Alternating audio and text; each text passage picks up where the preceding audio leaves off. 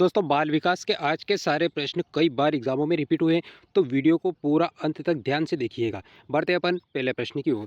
First question है दोस्तों हमारा आज का, सीखने का स्थानांतरण है। सीखने के स्थानांतरण कौन सा है? तो दोस्तों सीखी हुई वस्तु को संभालना, सीखी हुई तकनीक को हूबहू प्रयोग करना, ये वाला भी नहीं, और ये वस्तु को संभालना ये भी नहीं है। सीखी हुई तकनीक का अन्य परिस्थितियों में प्रयोग करना। दोस्तों करेक्ट आंसर इसका सी वाला है। सीखी हुई जो तकनीक होती है दोस्तों, उसका अन्य परिस्थितियों में प्रयोग करना सीखने का हस्तांतरण कहलाता है। अगला ऑप्शन है सीखी हुई तकनीक का प्रयोग न करना, ये वाला भी नहीं। तो करेक्ट आंसर इसका सी वाला है। सीखने का स्थानांतरण क्या है दोस्तों? तो सीखी हुई तकनीकी जो है उसका अन्य परिस्थितियों में प्रयोग करना सीखने का हस्तांतरण कहलाता है। बढ़ते हैं अपन दूसरे प्रश्न की ओर। दूसरा प्रश्न है, 7वीं कक्षा के मुख बाधित विद्यार्थी के साथ किस प्रकार का व्यवहार किया जाना चाहिए? 7वीं कक्षा का जो बालक है, उस एक मुख बाधित बालक है, उसके साथ किस प्रकार का व्यवहार किया जाना चाहिए? तो 7वीं कक्षा के बालक के साथ दोस्तों सामान्य रूप से व्यवहार करना चाहिए, बिल्कुल सामान्य रूप से व्यवहार किया जाना चाहिए। के साथ कक्षा के विशेष व्यवहार करना नहीं, विशेष व्यवहार उसके साथ नहीं किया जाना चाहिए। मुख बाधित के साथ की शिक्षा सामान्य विद्यार्थियों के साथ नहीं की जानी चाहिए, ये वाला भी ऑप्शन नहीं है। सामान्य बच्चों के साथ में ही उसकी शिक्षा होनी चाहिए। बालक को निचले स्तर के कार्यों हेतु प्रेरित किया जाना चाहिए, ये वाला ऑप्शन भी नहीं। दोस्तों इसके लिए करेक्ट और परफेक्ट आंसर है ए वाला। 7वीं कक्षा का जो बालक है, मुख बाधित बालक के साथ सामान्य रूप से व्यवहार किया जाना चाहिए। करेक्ट आंसर इसका फर्स्ट ए वाला है। तीसरा प्रश्न है, वह अधिगम जो बालक में किसी वस्तु, घटना को एक वर्ग के रूप में अनुक्रिया करने के लिए संभव बनाता है। वह अधिगम होता है जो बालक को किसी वस्तु या घटना के संबंध में दोस्तों एक वर्ग के रूप में अनुक्रिया करने के लिए संभव बनाता है। तो इस प्रकार का क्या कहलाता है? वो एक कौन सा अधिगम कहलाता है? तो विभेदात्मक अधिगम। दोस्तों विभेद नहीं हो रहा है यहाँ, तो विभेदात्मक अधिगम तो इसका आंसर नहीं है। संप्रत्यय अधिगम दोस्तों करेक्ट आंसर इसका संप्रत्यय अधिगम ही है। शाब्दिक साहचर्य अधिगम ये वाला नहीं है। समस्या समाधान अधिगम ये भी नहीं। करेक्ट आंसर है तीसरे प्रश्न का संप्रत्यय अधिगम। चौथा प्रश्न देखिए, अधिगम के बंध सिद्धांत, बॉन्ड थ्योरी ऑफ लर्निंग के प्रतिपादक कौन है? दोस्तों अधिगम का जो बंध सिद्धांत है ये किसके द्वारा दिया गया था? तो दोस्तों ये दिया गया था थार्नडाइक महोदय के द्वारा दिया गया था। स्किनर के द्वारा नहीं दिया गया था, पावलोव भी नहीं है और मैस्लो भी नहीं है। अधिगम का जो बंध सिद्धांत है इसे थार्नडाइक के द्वारा दिया गया था, और दोस्तों इसको बॉन्ड थ्योरी ऑफ लर्निंग के नाम से इस सिद्धांत को जाना जाता है। दोस्तों आपको याद होगा थार्नडाइक जो है इनके द्वारा प्रयास एवं त्रुटि का सिद्धांत भी दिया गया था। ट्रायल एंड एरर की थ्योरी इनके द्वारा दी गई थी। और दोस्तों ये जो मनोवैज्ञानिक है ये अमेरिका के रहने वाले हैं। तो दोस्तों सारे फैक्ट इनसे जुड़े याद रखिएगा।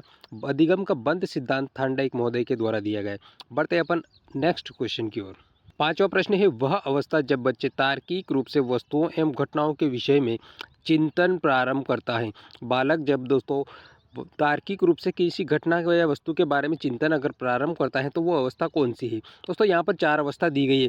चारों ही अवस्था, औपचारिक संक्रियात्मक अवस्था, पूर्व संक्रियात्मक अवस्था, सीमित प्रेरक संवेदी प्रेरक अवस्था है दोस्तों, ये मूर्त संक्रियात्मक अवस्था, ये चारों अवस्था। और दोस्तों ये चारों जो अवस्था है ये जीन पियाजे के द्वारा बताई गई है विकास के संबंध में, संज्ञानात्मक विकास के संगत में। जीन पियाजे ने संज्ञानात्मक विकास का सिद्धांत दिया था।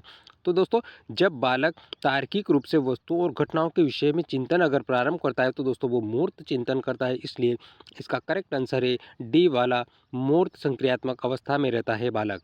बढ़ते अपन छठे प्रश्न की ओर। छठा प्रश्न है हमारा, प्राथमिक स्तर पर मातृभाषा में पढ़ाना बेहतर होगा क्योंकि, क्यों होगा बेहतर? क्योंकि प्राथमिक स्तर जो है दोस्तों इस पर मातृभाषा में पढ़ाना बेहतर इसलिए होता है क्योंकि इसमें बच्चे आत्मविश्वास शिक्षित होता है। नहीं, इसमें अधिगम सरल हो जाता है, ऐसा भी नहीं है। यह बौद्धिक विकास में सहायक। करेक्ट आंसर इसका सी वाला है। बौद्धिक विकास बच्चों का जल्दी से होता है, अच्छे से होता है, क्योंकि मातृभाषा में सीखना आसान हो जाता है प्राथमिक स्तर लेवल पर। तो दोस्तों छठे प्रश्न का करेक्ट आंसर सी वाला है। इससे बच्चों में सीखने में सहायता मिलती है, ये भी इतना प्रभावी नहीं। तो दोस्तों छठा जो प्रश्न है इसके लिए करेक्ट और प्रभावी आंसर है बौद्धिक विकास में सहायता। ये प्राथमिक स्तर पर मातृभाषा में शिक्षा देना बेहतर होता है। दोस्तों प्रश्नों के जो सारे ऑप्शन आते हैं वो लगभग सिमिलर आते हैं, मिले जुले आते हैं, ताकि एग्जाम में हमें इस बात का पता नहीं चल पाता है कि कौन सा करेक्ट आंसर है। तो दोस्तों वीडियो को पूरा अंत तक ध्यान से देखिए। सातवां प्रश्न है, भाषा को उपयुक्त तरीके से परिभाषित किया जा सकता है। यहाँ पर भाषा से संबंधित, लैंग्वेज से संबंधित प्रश्न पूछा गया है कि भाषा को उपयुक्त तरीके से परिभाषित किया जा सकता है। कौन से तरीके से? जैविक विकास परिणाम नहीं, उत्तम समस्या समाधान की एक दिशा में एक कदम ये भी नहीं है, शांति उन्नति का माध्यम ये भी नहीं, अनुभव को प्रकट करने का उत्तम उपाय। करेक्ट आंसर इसका डी। दोस्तों भाषा को अनुभव को प्रकट करने के उत्तम उपाय के माध्यम से परिभाषित किया जा सकता है। परफेक्ट आंसर इसका डी वाला है।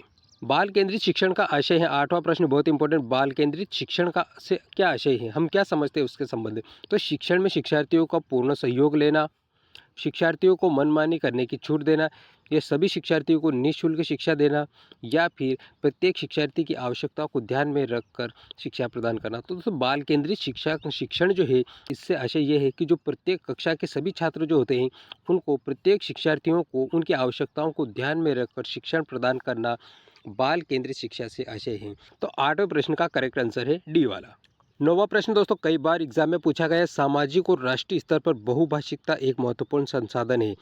सामाजिक और राष्ट्रीय स्तर पर बहुभाषिकता जो है दोस्तों, ये एक महत्वपूर्ण संसाधन के रूप में बालकों में द्विभाषी क्षमता रिक्त स्थान के स्तर को बढ़ाने में सार्थक होती है।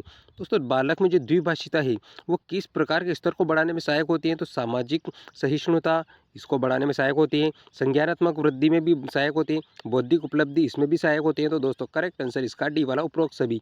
दोस्तों सामाजिक सहिष्णुता हो या संज्ञानात्मक विकास या बौद्धिक विकास में द्विभाषिता जो के स्तर को बढ़ावा देने में सार्थक होती है। बहुत ही इंपॉर्टेंट प्रश्न कई बार एग्जामों में पूछा गया है। अगला 10वां प्रश्न है हमारा, खेल बालकों में रचनात्मक एवं सृजनात्मक क्रियाओं का योग है, इन्हें मूलाधार माना जा सकता है बालक के रिक्त स्थान का। तो दोस्तों खेल जो होते हैं वो बालक में रचनात्मक और सृजनात्मक क्रियाओं को करने का योग है, इसे मूलाधार माना जा सकता है बालक के रिक्त स्थान के संबंध में। तो दोस्तों रचनात्मक एवं सृजनात्मक क्रियाओं से संबंधित बात की गई है यहाँ पर, तो सामाजिक विकास इसके लिए परफेक्ट आंसर होगा। खेलों के माध्यम से बालक में सामाजिक विकास बहुत अच्छे तरीके से होता है और रचनात्मक सृजनात्मक क्रियाओं का योग होता है, सामाजिक विकास अच्छे से होता है। तो करेक्ट आंसर इसका फर्स्ट वाला ही।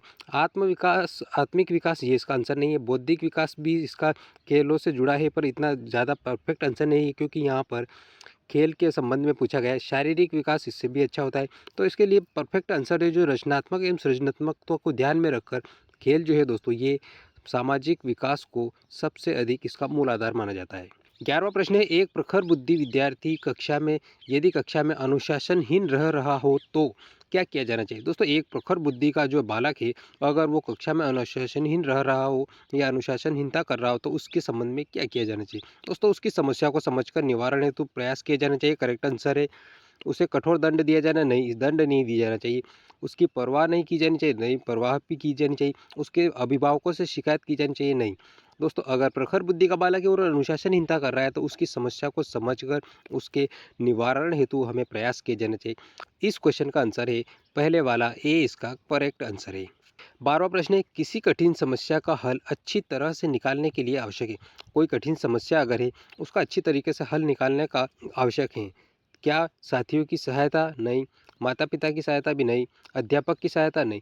दोस्तों अगर किसी कठिन समस्या का अच्छी तरह से हल निकालना, अच्छी तरीके से अगर किसी चीज़ का हल निकालना है तो हमें स्वयं प्रयत्न करना होगा, स्व प्रयत्न को बढ़ावा देना होगा।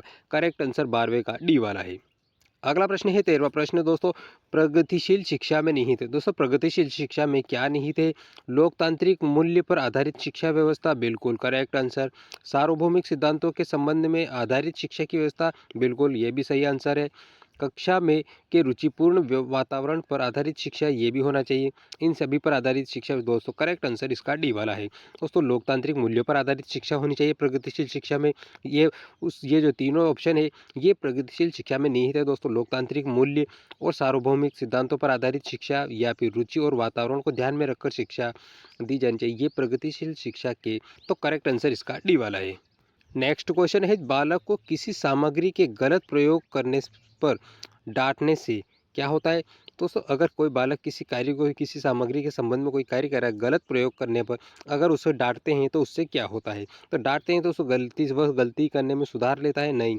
वह उस सामग्री का प्रयोग करना छोड़ देता है, नहीं, ऐसा भी नहीं होता है। वह स्वाभाविक क्रियाशीलता में रुकावट है। दोस्तों अगर हम बालक कोई कार्य कर रहा है उसकी गलती के हम डांटेंगे तो दोस्तों उसकी कार्यशीलता जो है उसमें रुकावट आएगी, इसलिए करेक्ट आंसर इसका सी वाला है।